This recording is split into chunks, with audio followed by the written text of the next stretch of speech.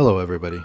Today we're looking at parallax shots and that amazing quality that parallax shots have of making it look like the subject is stationary and having the background move around it.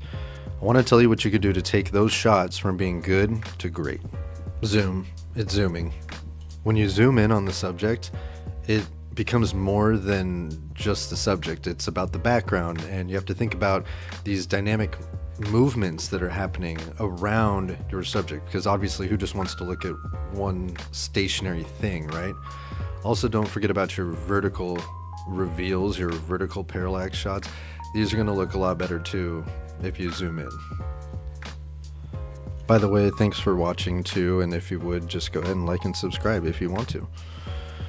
Also, here I'm going to show you one of my favorite shots. I really like this reveal here. It's parallax, it's a vertical kind of shot here, and I'm super zoomed in on the corner of that building, and it just looks great like when you zoom in there. So I really like that shot. That's at the sugarcane factory down in Crockett, California.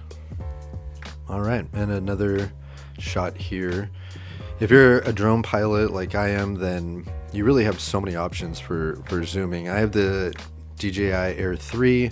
I mean, you start with a 24mm camera, it can go up to 70 with the 3x zoom, and then if you pop it into that 9x zoom, that's 168mm equivalent. So you can get very zoomed in on your subject, and look how fast that background is moving there. So cool. And in the previous shot with the water going through the window, you know, it's just more dynamic, and it brings the whole picture to life. So lastly, a shot I want to point out here is the background. Really, that's Mount Tam. This is in California, and you know, it's so subtle in the background just going by there.